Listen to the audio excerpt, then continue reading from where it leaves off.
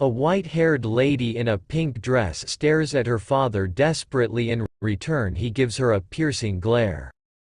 She yells, "Father, I swear it wasn't me," but he pays her no attention and continues gripping her arm and dragging her away. Moments earlier the princess had collapsed. A blonde-haired man named Mikhail inspects a glass of wine and says it's poison. He then calls out to Julian, while holding the princess in his arms, and accuse Julian of assassination of the princess because he dumped her. A sudden fear overwhelmed her. She tried to defend herself but only made it worse by saying the princess was thirsty, so Mikhail interrupts, saying enough of her act. Then Bolding announces that he cast her aside for the princess. Julian was shocked, and the nobles behind her only made it worse with their gossip. Julian hates the princess for stealing Mikhail. However, she never wanted the princess to die. Julian's father approached her from behind. Suddenly the king ordered that Julian be captured. With trembling hands and a shaky voice she desperately asked if her father trusts her. He answers by slapping her hand away. At that moment you could see her soul leaving her body. She felt her legs becoming numb and collapsed on the ground. As her father asked to personally deal with her, the king shouts, "Why should I trust you when you could be planning something treacherous?" Her father says without emotion, "What if I lock her up in the Chamber of Shadows?" This was a place where magic nor sword aura worked. It's a place for people who have committed high treason. Thus meaning he has abandoned her. Sadly, her life has been this way from a young age. In a flashback we see her nervously fidgeting as she tells her father she missed him, who coldly says not to approach him for such reasons. Leaving his daughter heartbroken, he didn't attend her tea parties, her birthdays or even her debutante ball, and only gave the maids gifts to give her. Now you understand her father doesn't love her. He removes something from within his uniform and orders her to use it. When Julian realized it's a dagger, her face became pale. She begged her father not to throw her away, but it's too late. In the prison she curls up in a corner crying, with the dagger some distance away. A knight yells, "You mustn't, Your Highness." Julian's fear reached its peak. The crown prince is infamous for his brutality even to his own comrades. He announced he's come to torture her to the brink of death. But he'll keep her alive, which Julian heard loud and clear. She reaches for the dagger. At that moment the prince enters in a suit of black armor. He's then taken aback as he sees her preparing to end her miseries. The prince yells, "Stop," like anyone would stop knowing they're going to be tortured until they're close to death. Julian thinks to herself, "I only wanted to be loved." Then pierces her stomach, ending her life, and that was when the novel stopped being published. A lady in a chair wished she could have seen the ending. Mikhail arrives and called the lady Julian. She informed him he's 3 hours late. He arrogantly replies, "Is that all you called me for?" She looks into his eyes devoid of a soul and says, "Let's break up." He seems surprised for a moment, then holds his head and sighs. Then confidently poses and says, "You're breaking up with this vanilla cake." Ridiculous. She expected his reaction. In her past life she was an ordinary worker looking for a job, then on her way to her part-time job died in a car accident, and was reincarnated as the villain. Unfortunately she only remembered her past life 2 years after she started seeing Mikhail, in other words 4 days ago.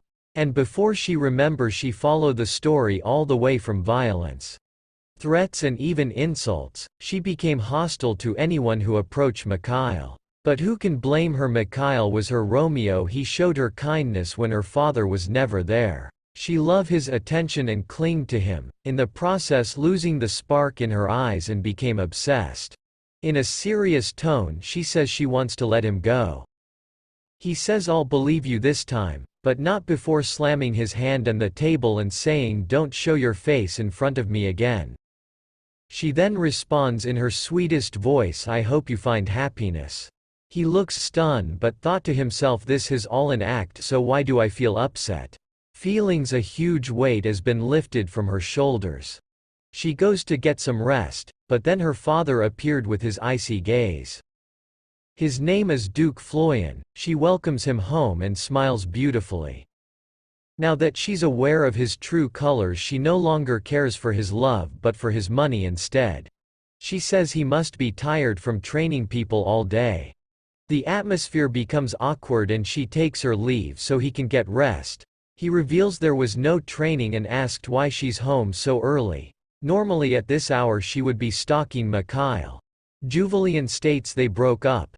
The Duke quickly approached her and asked why, which frightened her. She recollects that Mikhail is one of his trusted subordinates, but she says anyway he doesn't love me, and she's unwilling to spend the rest of her life with someone who doesn't love her.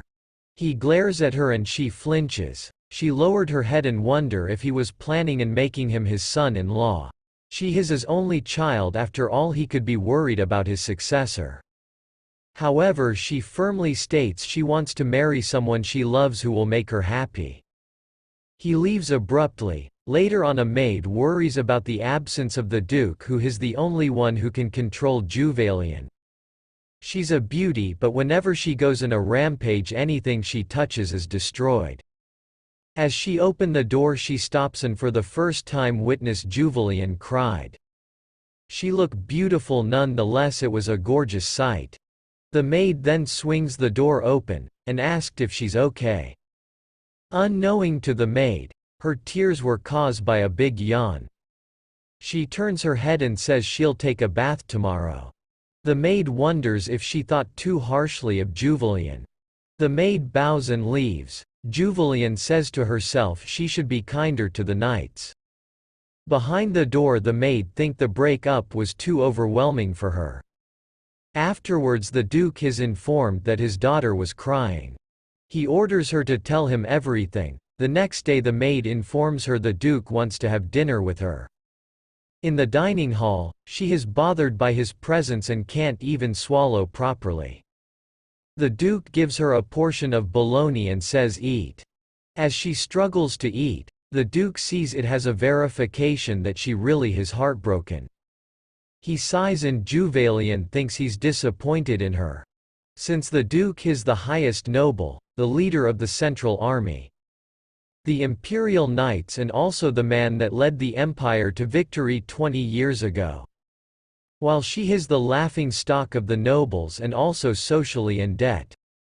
The Duke asked what her type of man is. She thinks he's trying to replace Mikhail with another candidate. She makes up an unrealistic man and saying someone stronger than her father. The Duke says, "Are you serious?" She goes further saying money, looks, family, honor and ability, that's what she wants in a man. The Duke then suggests they go out together. She stands and asks why. He responds no particular reason, it will be the first time they go out together in her 18 years of life. The next day he bought her anything she looked at, then a woman with a sword brushed past her.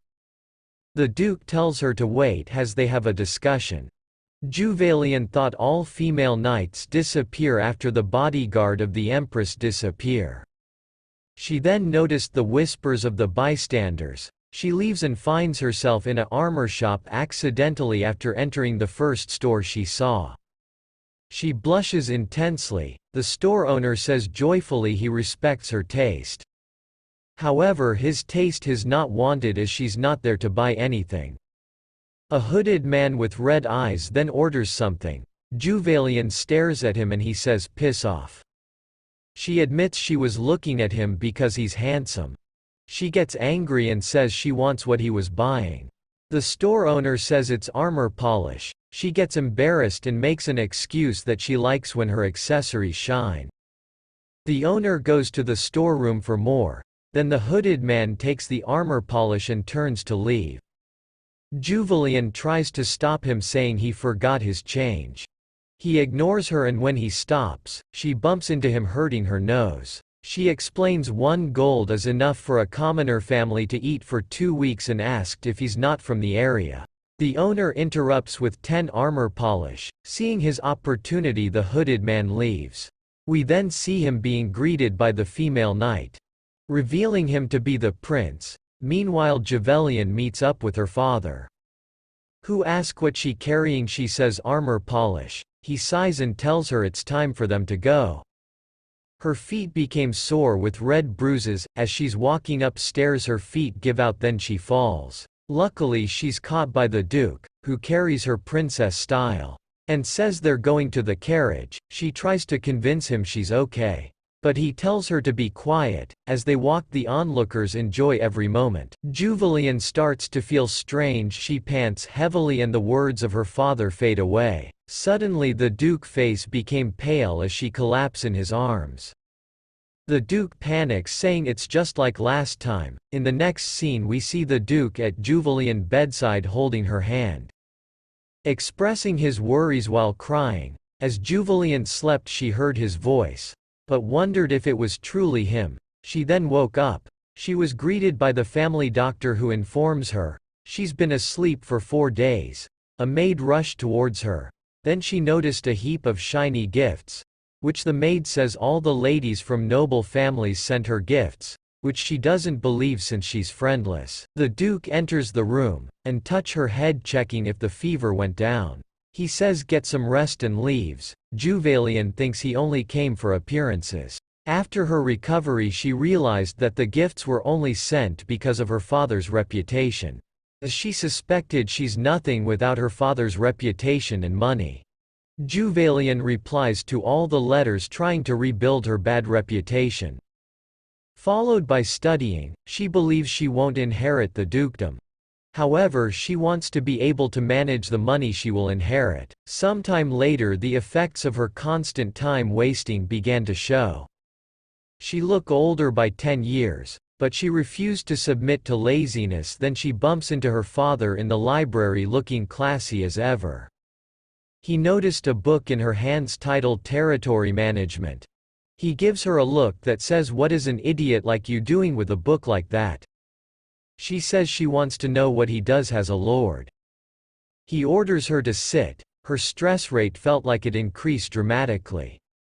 She might faint at the rate she's going. He quizzed her for 3 hours until a butler informs him his guest has arrived. Inside her head she yells freedom at last. The Duke glances at her and she avoids eye contact. He gives her a book to read on strategy and tactics. Later that day she lays her head on the table. 3 volumes remain and she has to read it. She then noticed a shiny object and sees that it's a pendant. She walks along the hallway with a lamp, intent on giving the pendant back. She then hears her father arguing with a man he called Max. Max turns in Javelian's direction. She quickly hides. She recognized him as the handsome man from the armor shop. The Duke reprimands Max, saying the sword is meant to protect, not for only killing. Max responds, "Master, what's the point of having such a weakness?" It's the first time Javelian heard of her father having a student. The Duke responds, "Sometimes people become stronger in order to protect that weakness." Max says he's speaking nonsense and Javelian thinks the student is ruder than the master. The Duke then says, "One day you'll find someone you want to protect." Javelian is surprised to hear he had someone like that. Max ignores him and says he thinks he's found a rat. Javelian freaks out, imaging a swarm of rats. Max grabs the hilt of his sword and says, "Allow me to take care of it." Javelian thinks to herself, "Please do." The Duke stops him and threatens him. Javelian peeks once more. They see her, but she runs away. Max says he's figured out who was hiding. It's been 10 years since he was taught the blade and he's aware how strict his master can be. But the only time he lets his guard down is the mention of his daughter. The Duke smiles warmly and confirms it. Max thinks, "I don't understand why you would tie a leash around your neck for someone like that. I'll never be like you," and walks away. In a flashback, Max's mother lays in her deathbed asking the Duke to protect her son until he can take care of himself. His mother had a small funeral for an empress, and onlookers gossip that it's all happened because she lost the emperor favor. The Duke understands his rage. But Max doesn't know the only reason the Duke isn't in his path is because of his daughter. The next day Juvalian hides in her bed and informs the maids of rats. Later on, a butler informs the Duke there hasn't been any progress in capturing the rats. The Duke realizes his daughter misunderstood.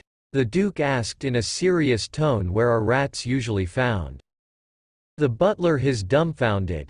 The Duke says it's nothing and inquires about his daughter's marriage suitors. He says they're gathering intel and the other families, and reveals Mikhail had sent another letter. The Duke glares and says, "What did that bastard want?" The butler says he's pressuring Juvalian for a reply and thinks her behavior is a desperate plead for his attention. The Duke orders him to ensure none of the letters reach Juvalian and to burn all incoming letters.